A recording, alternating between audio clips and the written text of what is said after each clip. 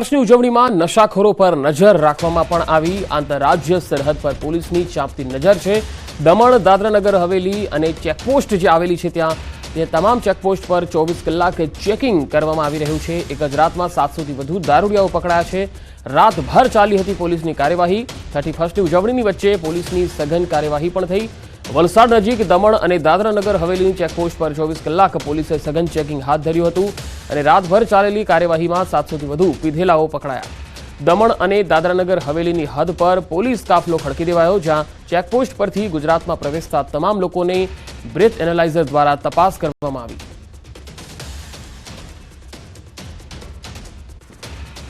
વધુ માહિતી સાથે સંવાદદાતા વલસાડથી ભરતસિંહ વાઢેર જોડાયા છે। ભરત, રાતભર પોલીસની કાર્યવાહી ચાલી ત્યારે 24 કલાકની આ કાર્યવાહીમાં મહત્વપૂર્ણ શું બહાર આવ્યું? बिल्कुल पंकज, अत्यार सुधी जोनी बात करिए तो 700 थी वधु पीधेलाओ पोलीसना हाथे झड़पाया छे। आ केसनी अंदर ड्रिंक एंड ड्राइव, नशानी हालतमां गुजरातमां प्रवेश करवा अने दारूनो जथ्थो लईने गुजरातमां प्रवेश करवा करता लोकोने झड़पवामां आव्या छे। आजे पण दिवसभर आ कार्यवाही चालशे। पंकज, आपने जणाव्युं के दर वर्षे 31st અને નવા વર્ષની ઉજવણી નિમિત્તે આંતરરાજ્ય જે ચેકપોસ્ટો છે સંપ્રદેશ દમણ, દાદરાનગર હવેલી અને મહારાષ્ટ્ર જ્યાં આગળ દારૂની છૂટ છે, આથી દર વર્ષે 31મી ડિસેમ્બર અને નવા વર્ષની ઉજવણી કરવા માટે ખાવા પીવાની પાર્ટીના શોખીનો આ પ્રદેશોમાં જાય છે અને ત્યારબાદ નશાની હાલતમાં ગુજરાતમાં પ્રવેશ કરે છે।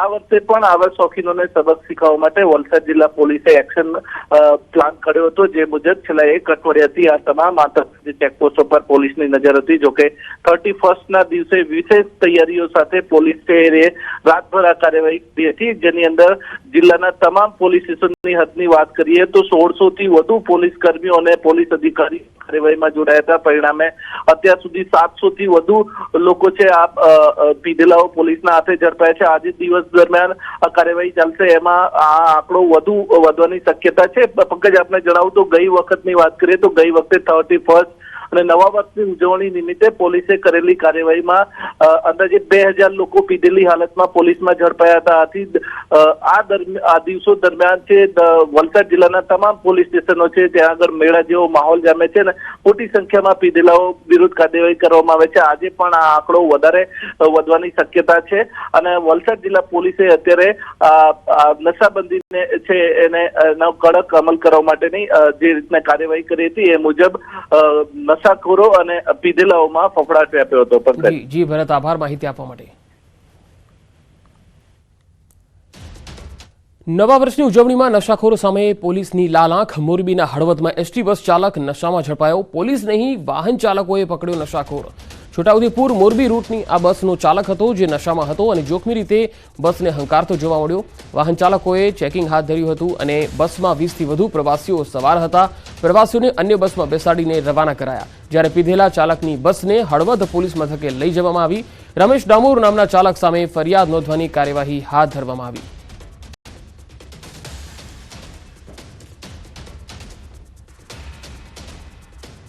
અને હવે વાત કરીશું કબૂતરબાજીની।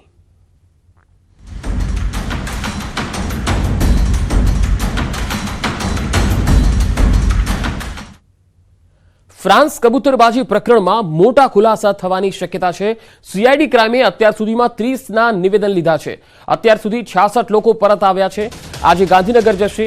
અમેરિકામાં ગેરકાયદે ઘૂસણખોરી પ્રકરણમાં આખરે માસ્ટરમાઇન્ડ કોણ છે, એજન્ટ થકી ગુજરાતી પ્રવાસીઓ કેવી રીતે દુબઈ ગયા, આ તમામ મુદ્દે આજે ખુલાસાઓ થવાની સંભાવના છે। અગાઉ સીઆઈડી ક્રાઇમે ફ્રાન્સની ફ્લાઇટમાંથી પરત ફરેલા મુસાફરોની પૂછપરછ કરી હતી। આ લોકો આણંદ, મહેસાણા, ગાંધીનગરના હોવાનું ખુલ્યું હતું। પાલનપુર, સુરત અને વલસાડના લોકો પણ સવાર હતા। ઝડપાયેલા લોકો પાસે માત્ર દુબઈ સુધીના જ વિઝા હતા। દુબઈ પછી શંકાસ્પદ રીતે ગયા હોવાનું સામે આવ્યું। મોટાભાગના લોકો અભણ હોવાનું પણ સામે આવ્યું। આ લોકોને ટિકિટ પણ એજન્ટે જ આપી હતી। કબૂતરબાજી કેસમાં 7 એજન્ટોના નામ આવ્યા હતા। તાજેતરમાં યુએઈથી નિકારાગુઆ જઈ રહેલી ફ્લાઇટને ફ્રાન્સ એરપોર્ટ પર રોકી દેવાઈ હતી, જે બાદ વિમાનમાં સવાર લોકોની પૂછપરછ કરાઈ હતી। માનવ તસ્કરીની શંકાના આધારે વિમાનને રોકી દેવાયું હતું। ફ્રાન્સીસી સમાચાર એજન્સીના મતે આ જે ફ્લાઇટ હતી એ પેરિસથી 150 કિલોમીટર દૂર વેટ્રી એરપોર્ટ પર આ વિમાન જે હતું એ રોકાયું હતું। જો કે માનવ તસ્કરીના કોઈ પુરાવા નહીં મળતા વિમાનને પરત મોકલાયું હતું। વધુ માહિતી સાથે સંવાદદાતા નવીન ઝા જોડાયા છે. નવીન, અત્યાર સુધી સીઆઈડી ક્રાઇમે 30 લોકોના નિવેદન તો લીધા છે. હવે શું બહાર આવી શકે છે? કોણ હોઈ શકે છે માસ્ટરમાઇન્ડ? પંકજ, અત્યારે તો તપાસ ચાલી રહી છે અને ટૂંક સમયમાં મોટા ખુલાસાઓ પણ થશે, કારણ કે જે રીતે આ કેસની અંદર ક્યાંક ને ક્યાંક વાત કરીએ તો અત્યારે એજન્ટોનું નામ સામે આવે છે, પરંતુ પોલીસ જે છે તે પુરાવા એકત્રિત કરી રહી છે અને ટૂંક સમયમાં પુરાવા એકત્રિત કર્યા બાદ જેટલા પણ એજન્ટો છે તે લોકોની ધરપકડ પણ થઈ શકે છે અને સાથોસાથ જે ભોગ બનનાર અથવા કે જે મુસાફરો હતા તે લોકોને સાક્ષી બનાવવાની કામગીરી જે છે તે પણ કરવામાં આવી શકે છે. પંકજ જી નવીન, આભાર માહિતી આપવા માટે.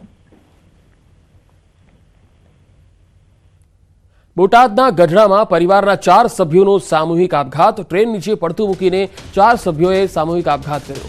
બનાવમાં 2 મહિલા અને 2 પુરુષોના મોત થયા છે. ભાવનગર સાબરમતી સુપરફાસ્ટ ટ્રેન નીચે પડતું મૂક્યું હતું. ગઈકાલ સાંજે 6:15 વાગ્યાની આસપાસ આ બનાવ બન્યો હતો, જેમાં 4 મૃતકો એક જ પરિવારના હોવાનું ખુલ્યું છે. આ પરિવાર ગઢડાના નાના સખપર ગામનો રહેવાસી છે. પોલીસના મતે 42 વર્ષીય મંગાભાઈ વિજુડા, 20 વર્ષીય જિગેશ મંગાભાઈ વિજુડા, 20 વર્ષીય રેખાબેન મંગાભાઈ વિજુડા અને એક સગીરનું મોત થયું છે. પિતા પુત્રો અને પુત્રીએ કોઈ કારણોસર આપઘાત કર્યો હોવાની ચર્ચા છે. બનાવ બાદ ગઢડા પોલીસે ફરિયાદ નોંધીને તપાસ હાથ ધરી, જોકે આપઘાતનું કારણ બહાર આવી શક્યું નથી. તેમાં મરણ જનાર મંગાભાઈ વિંજુડા, જિગ્નેશભાઈ તથા તેમની સાથે અન્ય 2 મહિલાઓ છે તેવી પ્રાથમિક હકીકત છે તે પોલીસ સામે આવી છે. આ બાબતે નિંગાળા પોલીસ સ્ટેશન ખાતે સ્ટેશન માસ્ટર પાસેથી બનાવની પ્રાથમિક વિગત લઈ રનઓવર મેમો દ્વારા આગળની તપાસ છે તે ગઢડા પોલીસ છે તે ચલાવી રહી છે. 4 મૃતકો છે તેઓની પ્રાથમિક હકીકત મુજબ તેઓ નાના સખપરના રહેવાસી હોવાનું અને તમામની આઈડેન્ટિફિકેશન તે મુજબનું પોલીસ દ્વારા કરવામાં આવ્યું છે. વધુ માહિતી સાથે બોટાદથી સંવાદદાતા પ્રકાશ સોલંકી જોડાયા છે. પ્રકાશ, એક જ પરિવારના 4 સભ્યોએ સામૂહિક આપઘાત કર્યો છે, ત્યારે આ સખપર ગામના સ્થાનિક લોકો સાથે કોઈ વાતચીત થઈ શકી છે? તેઓ શું કહી રહ્યા છે? જી પંકજ, જે પ્રમાણે ગઈકાલે રાત્રે જે ગાંધીગ્રામ ભાવનગરથી ગાંધીગ્રામ ટ્રેન જતી હતી તેમાં નિંગાળા પાસે પિતા પુત્ર અને 2 પુત્રીનો ટ્રેન નીચે ઝપલાવી સામૂહિક આપઘાત કર્યો હતો. બનાવની જાણ થતા બોટાદ ડીવાયએસપી તેમજ રેલવે પોલીસ છે તે ઘટના સ્થળે પહોંચીને તપાસ હાથ ધરી હતી, જેમાં પ્રાથમિક માહિતી મળી રહી છે કે ગઢડા તાલુકાના નાના સખપર પરિવારનો આ પરિવાર હતો અને ખાસ કરીને જો વાત કરવામાં આવે, જે મૃતક મંગાભાઈ છે તેઓ પોલીસ કેસમાં જેલમાં હતા અને 4 દિવસ પહેલા જ તેઓ છૂટીને બહાર આવ્યા હતા તેવી અત્યારે ગ્રામજનો પાસેથી માહિતી મળી રહી છે. એટલે કંઈક ને કંઈક આ માટે કરવામાં આવ્યો છે તે એક જાણવાનો વિષય બન્યો છે. બીજી બાજુ જે મૃતક મંગાભાઈ છે તેના ભાઈની હત્યાનો પ્રયાસનો ગુનો તેમના ઉપર ગઢડા પોલીસમાં નોંધાયો હતો. એટલે હાલ તો પોલીસ અત્યારે અલગ અલગ દિશામાં તપાસ હાથ ધરી રહી છે. જી પ્રકાશ, આભાર માહિતી આપવા માટે. આગળ વધુ સમાચારો પર નજર કરીશું. હાલ રોકાઈશું એક બ્રેક માટે.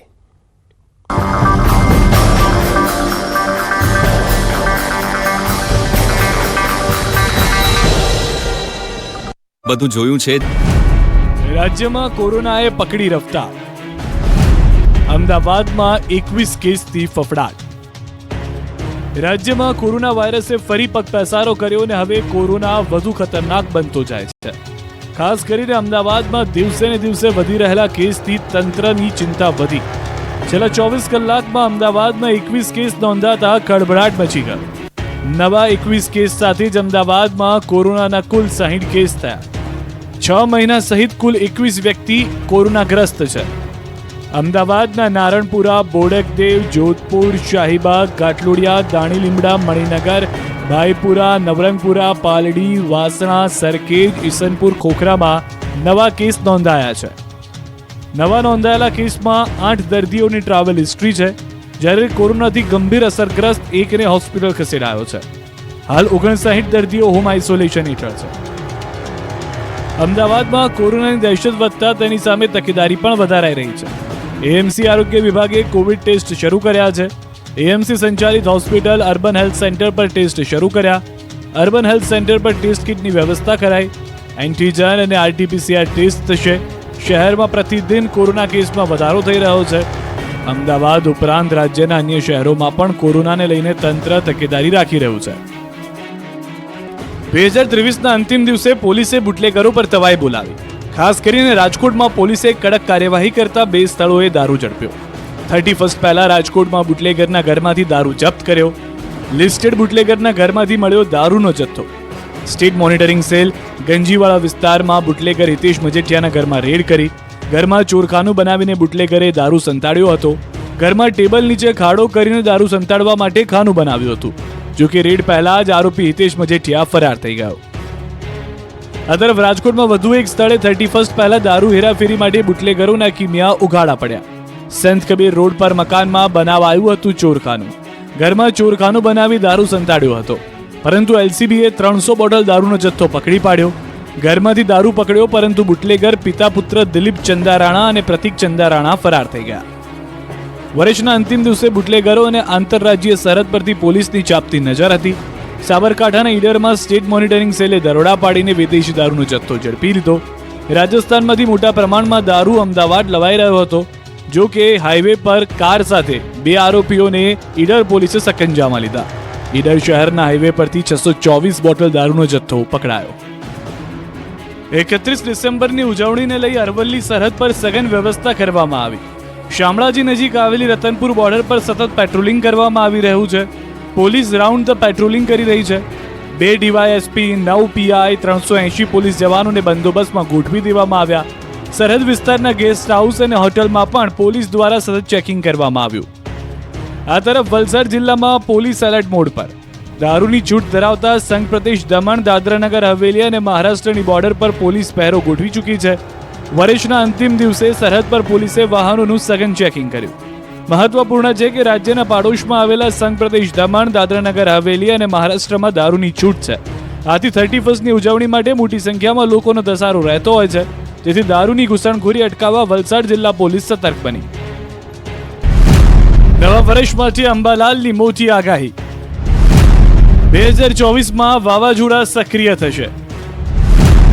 2024માં ઠંડી, ગરમી, વરસાદની સ્થિતિનું અનુમાન. હવામાન નિષ્ણાંત અંબાલાલ પટેલે નવા વર્ષે ચિંતાજનક આગાહી કરતા કહ્યું કે 2024ના વર્ષમાં વાવાઝોડા સક્રિય થતા રહેશે.